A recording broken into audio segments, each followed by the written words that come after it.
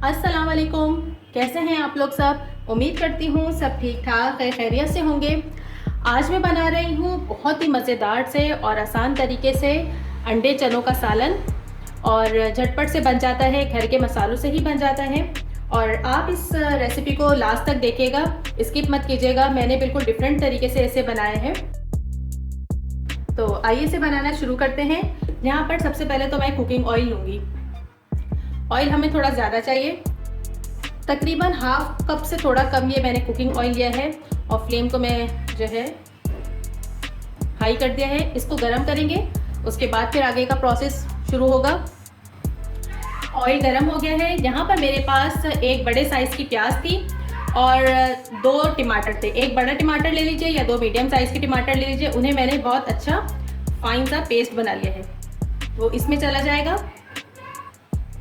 और इसमें जाएगा 1 खाने का चम्मच फुल भरकर अदरक लहसुन का पेस्ट। ये देखिए।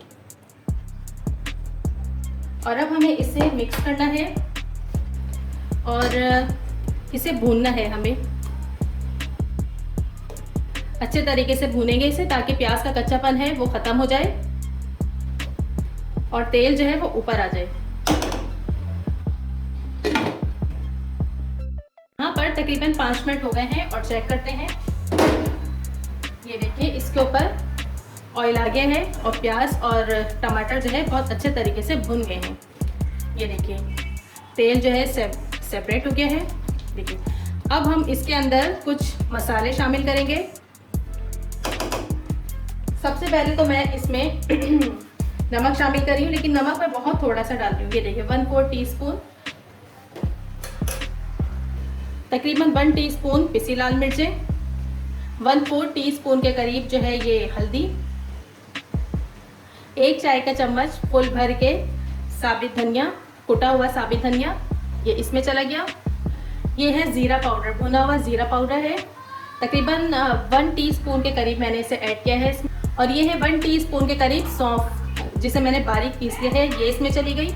और ये 1/4 टीस्पून के करीब पिसी हुई जायफल जावित्री है, ये इसमें जाएगी। इससे बहुत अच्छा और मज़ेदार फ्लेवर आएगा। जायफल जावित्री मैंने कितनी ली है? 4 से 5 पत्तियां मैंने जावित्री के लिए, बहुत छोटा सा टुकड़ा मैंने जायफल का लिया है और उसे पीस लिया है। बस अब इन तमाम मसालों को बहुत अच्छे तरीके से इसके अंदर भूनना है।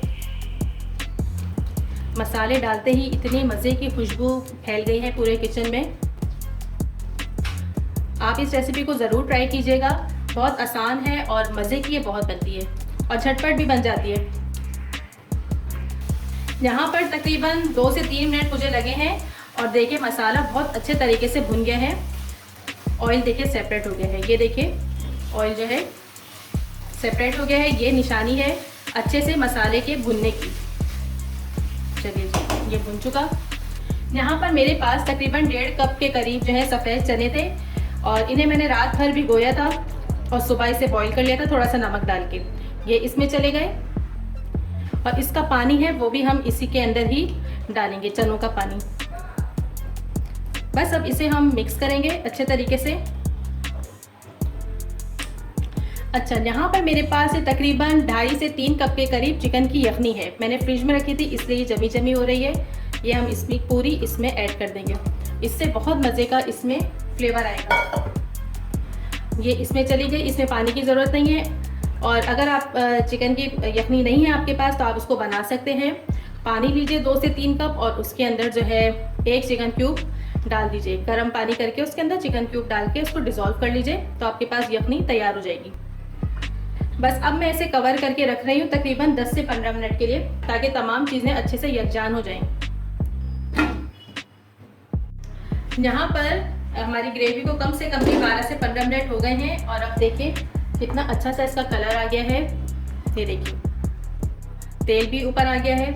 अच्छा, यहाँ पे आपको अभी ये पतली पतली सी ग्रेवी लग रही है इसकी, तो इसका बहुत आसान सा तरीका है। यहाँ पर इस तरह का कोई आप चम्मच ले लें सालन निकालने वाला, और ये जो थोड़े से चने हैं ना, इनको इस तरह से मैश कर लीजिए। कुछ लोग इसके अंदर जो है उबला हुआ आलू भी मैश करके डालते हैं, उससे भी ग्रेवी गाढ़ी हो जाती है, लेकिन ये तरीका सबसे आसान है। थोड़े से आलू चने लेके इसको इसी तरह से मैश कर लीजिए अंदर ही अंदर, हमारी ग्रेवी जो है गाढ़ी हो जाएगी। ये देखिए यहाँ पे अब हमारी ग्रेवी जो है गाढ़ी हो गई है।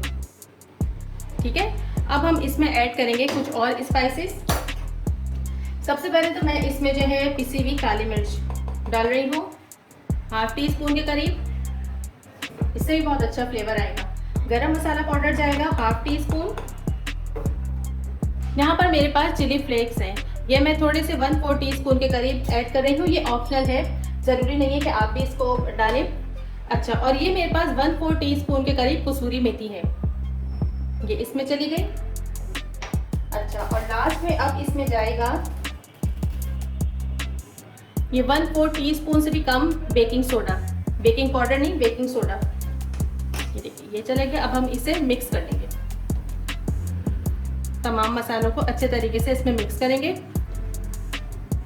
और यहाँ पर मैं इसे लो फ्लेम कर दिया है और कवर करके कम से कम 3 से 4 मिनट में इसे कवर करके रख रही हूँ। यहाँ पर तकरीबन 3 से 4 मिनट हो गए हैं और यहाँ पे हमारी अंडे और चनों की ग्रेवी जो है या सालन कह लें, बिल्कुल रेडी है। ये देखिए कितना मज़ेदार लग रहा है। इसके अंदर अब हम डालेंगे उबले हुए अंडे। चलिए अंडे चले गए इसके अंदर, मिक्स करेंगे थोड़ा सा।